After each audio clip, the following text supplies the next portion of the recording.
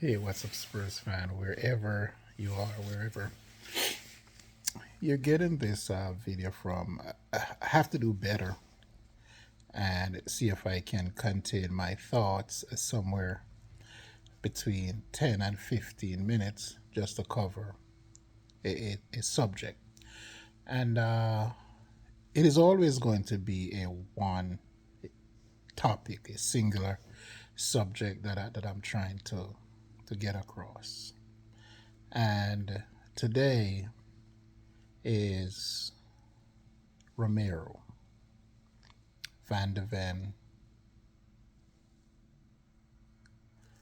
Poro, and Udogi. That's the back line. So in essence, I'm covering the back line. And we have to talk about one, the system that we play with the back four. And the way that is done, obviously, is they are inverted, the fullbacks, and in the attack, I don't mind it. I don't mind it, right? But how far do we go? How much commitment do we want from both sides of our fullbacks? And it's too much. So while the system, which I've covered on other video, while the system is great, I love it. I just think tactically within that same system, there are too many holes in there. There are too many things that are not predicated on playing to what the opposition is giving you. I can understand it. We're going to come out and we're going to run and we're going to run and we're going to run. But then comes a time when running and gunning is not going to win you the game. And therefore, you have to look to the alternative. Well, according to the manager, we don't have an alternative. And it's a shame because, simple as I try to point out in part of the video before, I think the one before this one, was that it doesn't have to be that way. Because if you look at it, there is no reason for Paro to be that high inside. You can be inside, but there's no need for him to be that high, right? So if you have Johnson coming inside, which is okay, it simply means that now we have to leave that space outside for Poro to go into so he could occupy the fullback, preventing the fullback now from coming inside when Brennan Johnson goes inside. Or what it also does, it forces the winger to come back and help. So if the winger comes back to help on Johnson being inside, then it means that the fullback is going to be free.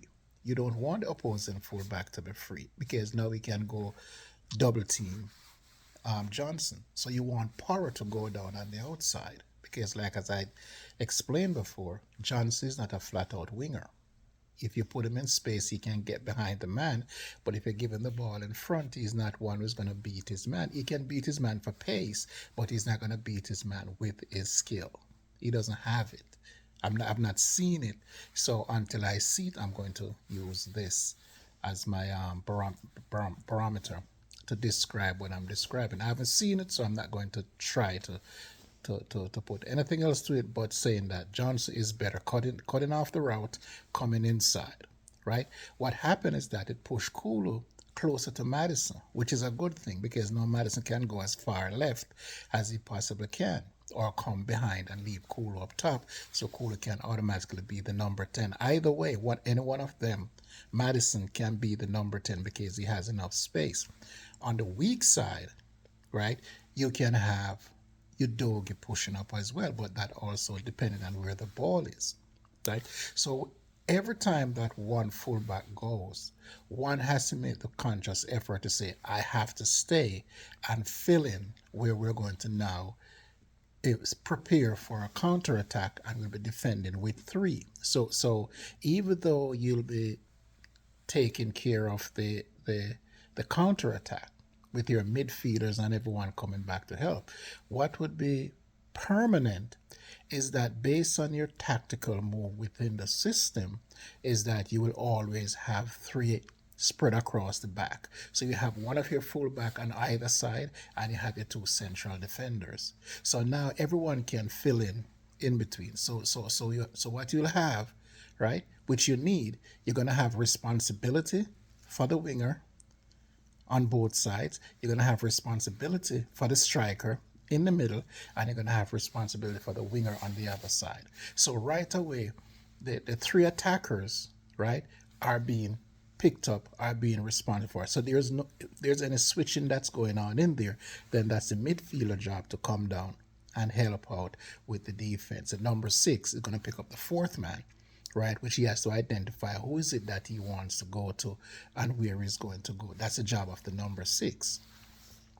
And so when I look at it and we look at how we're playing, and I hear people saying, no, we attack, uh, we attack with everybody, right? We attack with all 8. And so what they're not looking at, right, is that if you attack with 8, right, you're going to defend with 2. That's the flip side.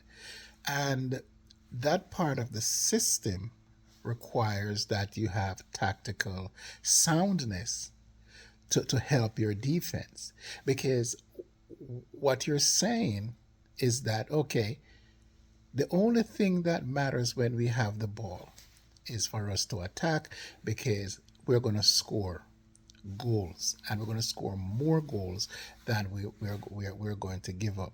But that has not proven to be the case. It has always been a fight, right? You're not going to get the Evertons and a poor United every week, and you're not good enough as a club, as a team, in depth and everything, to impose yourself on good teams every week in, week out.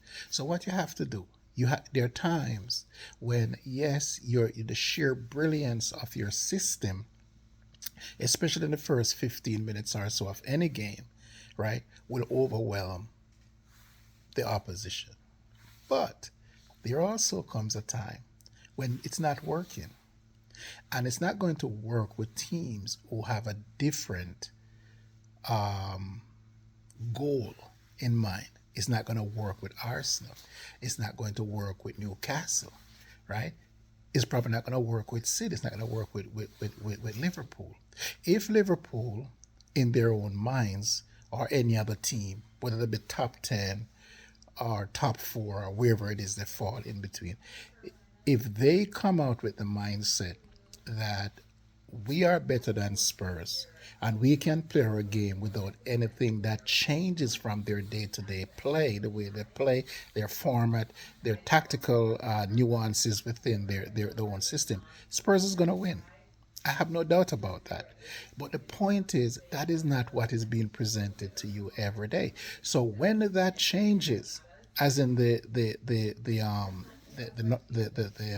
Brighton game, there has to be some responsibility taken by the manager.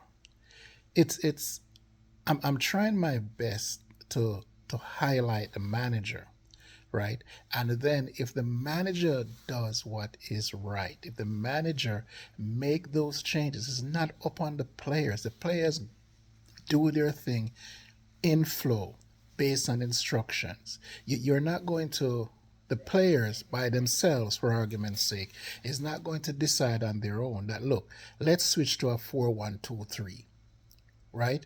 Or let's just say, you know what? We're going to have 4 across the back, 1, 2, and 3, and we're going to tuck in at any juncture in the game. The players on the pitch can't decide that. So when we look at those things, and we be reasonable, right? We can look at it and say, hey, if this is what the manager is asking for, right? And you say, well, this is what he's asking for coming out the dressing room from minute 1 to the 90th minute. with no tactical adjustments, even when the opposition is making adjustment, then you have to ask yourself, right? You have to win. Are we going to win because we are better, or are we going to win because we did things within the run of the game, coupled with what the manager is seeing from the sideline to help us to win? Leadership on any football team does it's not just about the 11.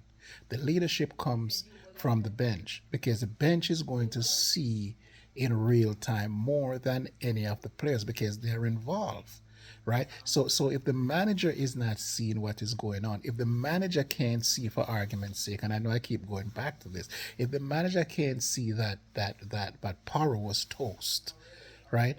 Because Mitoma had one thing in mind. And so something that you have to realize. Ange knew Mitoma. So if you know Mitoma, right, and you know what he's capable of, you tried to get him before, right? Why do you allow him to unleash himself on Paro? Right? Why not give him some help? So all these things are tactical. It's not system based, because your system are always going to be what you play is attacking front foot football. But there comes a time when you have to adjust that to meet the needs of what's happening on the pitch at the time in the moment. And she didn't reach that. So now you're asking me to critique the players when the players were not put in the best position to succeed. If Romero, right, for argument's sake, because now it's Romero's time, right, for everyone to pick on Romero, right, it's Romero's time. But here's the deal: if your central defender, right, has to worry about the left winger, right, because your fullback is too high, how does that become his problem? Because now you take your central defender, who is supposed to be concentrating on the striker, right? And both your central defenders are worried about the two players going down the wing. What happened? You're going to ask your number six to come in and occupy the striker, or you're going to ask your number six to go out there and occupy the winger. Look at what we're talking about. So somebody have to explain to me, right? If you don't put people in the position, right, to succeed, how are you going to know whether or not the players are good enough? How are we going to know that Romero misses assignment on the goal scorer, on Danny Welbeck? We can't know that, because number one, he's more occupied trying to help Paro. He should never be helping Paro. Johnson is supposed to be coming back and helping Paro. Kulu is supposed to be coming back and helping Paro. And that starts with all the tactical changes that could have been made at halftime. You could have taken off Werner and drop Kulu further back. I put Johnson on the left, because Kulu is a much better defender. You could have done all of that. I would have to worry about it, because that's where it all started. That was started with Mitoma running through the team. And why do you allow a winger to run through the team, take the ball inside without sending double coverage to his way? You got to take the ball from his feet. We never make the effort to take the ball off his feet. Let him pass it back. Send him down into the corner, because now he has to be two man. Every time he looks up, he's going to see two man who's cheating over. So that means what? Your midfielder is now going to have to bust it and come back, because you're going to lose one in there, right, who is covering and helping out. And your winger have to now do overtime to bust his chops to get back and do the work. That is not on the players. That's on the manager.